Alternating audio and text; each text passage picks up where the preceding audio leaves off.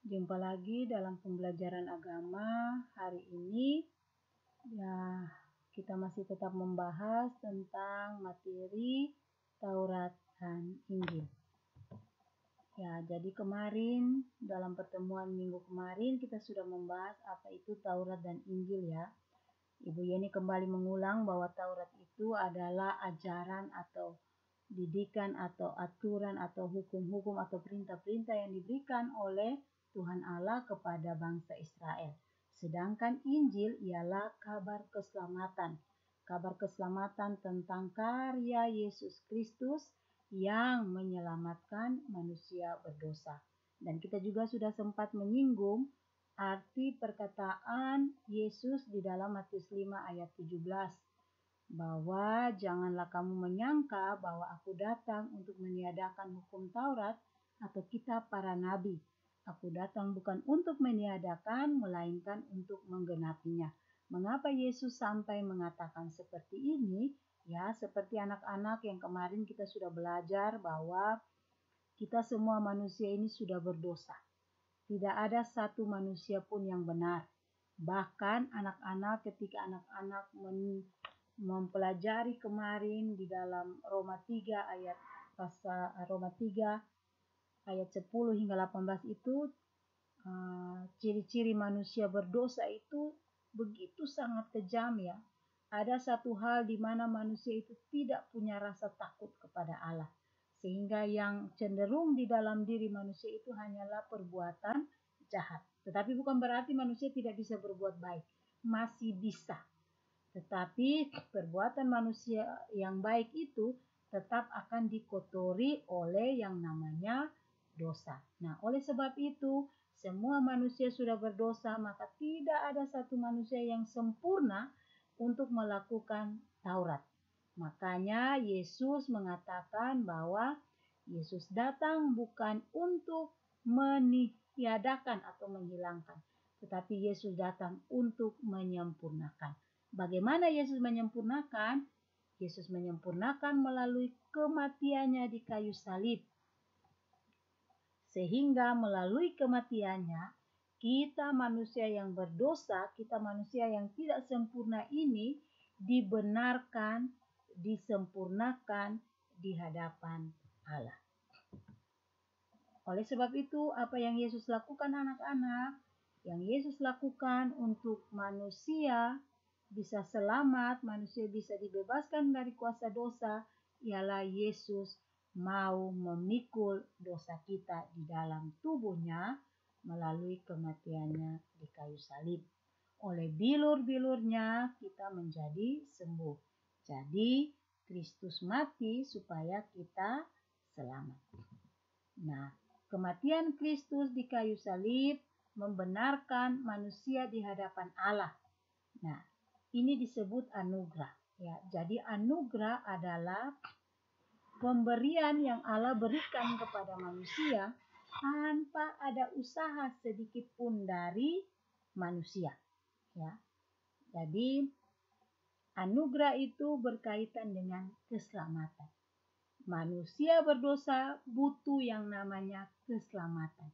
Dan keselamatan itu Allah berikan kepada manusia bukan karena usaha manusia, tetapi karena Allah mau memberikan kepada manusia.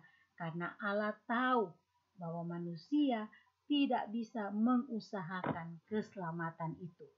Yang bisa mengusahakan keselamatan hanyalah Allah melalui pribadi Yesus Kristus dengan cara memikul dosa kita dan mati di kayu salib. Oleh sebab itu anak-anak, Alkitab mengatakan bahwa tidak ada seorang pun yang dibenarkan oleh karena melakukan hukum Taurat. Karena manusia dibenarkan, manusia diselamatkan oleh karena iman, oleh karena anugerah, oleh karena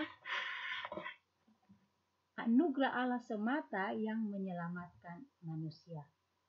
Oleh sebab itu, kalau memang manusia tidak dibenarkan oleh karena melakukan hukum Taurat, untuk apa Allah itu memberikan hukum Taurat kepada bangsa Israel pada zaman Perjanjian Lama? Ya, Jadi Allah memberikan hukum Taurat kepada manusia, kepada bangsa Israel pada zaman itu untuk menunjukkan bahwa manusia itu berdosa. Karena dengan adanya hukum Taurat, maka kita itu dilarang untuk melakukan dosa. Tetapi jikalau kita melakukannya, maka itu menunjukkan bahwa kita sudah berdosa, supaya kita tahu bahwa kita sudah berdosa. Jadi hukum Taurat di sini berfungsi seperti cermin yang menunjukkan keberdosaan manusia. Hal yang kedua, mengapa Tuhan mau memberikan Taurat untuk membuktikan bahwa manusia itu butuh Injil. Apa itu Injil? Injil adalah kabar baik. Kabar baik keselamatan di dalam Yesus Kristus. Yesus Kristus yang menyelamatkan manusia dari dosa, itulah Injil. Ya. Dan yang ketiga, untuk apa Allah memberikan Taurat bagi manusia? Supaya Taurat itu bisa menyatakan kesalahan daripada manusia. 2 Timotius 3 menyatakan, ayat 16 menyatakan bahwa segala tulisan diilhamkan Allah untuk menyatakan kesalahan, untuk memperbaiki kelakuan dan seterusnya. Sehingga supaya manusia itu tetap berkenan di hadapan Allah, maka Allah harus bisa menunjukkan kesalahan-kesalahannya agar manusia mau memperbaikinya. Oleh sebab itu, sangatlah jelas bahwa keselamatan yang manusia peroleh itu semua hanya karena anugerah Allah. Manusia dibenarkan di hadapan Allah bukan karena usaha atau kerja keras manusia, tetapi karena Allah mau memberikannya kepada manusia. Manusia dibenarkan di hadapan Allah hanya oleh karena kasih karunia yang kita terima melalui iman kita kepada Yesus Kristus. Jadi keselamatan manusia hanya karena anugerah, sola gratia, bukan karena usaha manusia. Tetapi manusia bisa melakukan perbuatan baik juga itu karena anugerah, bukan supaya dia selamat ya. Jadi kita harus tahu bahwa kita orang Kristen, kita melakukan yang benar itu bukan supaya kita diselamatkan. Tetapi kita melakukan kebenaran karena Allah sudah lebih dahulu membenarkan kita di hadapan Allah. Demikian pembelajaran kita hari ini dan sampai ketemu pada pertemuan selanjutnya.